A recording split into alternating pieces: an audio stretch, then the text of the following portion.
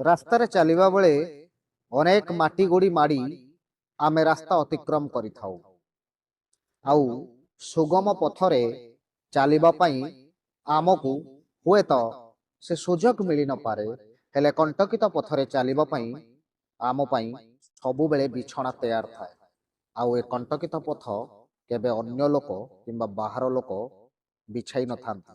ସବୁବେଳେ ନିଜ ଲୋକ ହିଁ ଏ କଣ୍ଟକିତ ରାସ୍ତା ଆମ ପାଇଁ ତିଆରି କରିଥାନ୍ତି।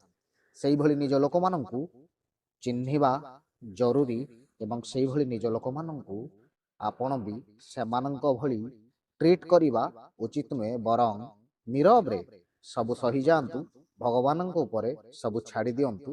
ସମୟ ଆସିଲେ ସବୁ କିଛି ସୁଧୁରିଯିବ। ଯେତେବେଳେ ଆପଣ ଫୁଲର ରାସ୍ତାରେ ଚାଲୁଥିବେ ସେତେବେଳେ ସେମାନେ ଫୁଲ କିମ୍ବା କଣ୍ଟା ରାସ୍ତା ନୁହେଁ, ବରଂ ପୁରା ଚାଲିବା ପାଇଁ ଅକ୍ଷମ ହୋଇଯାଇଥିବେ।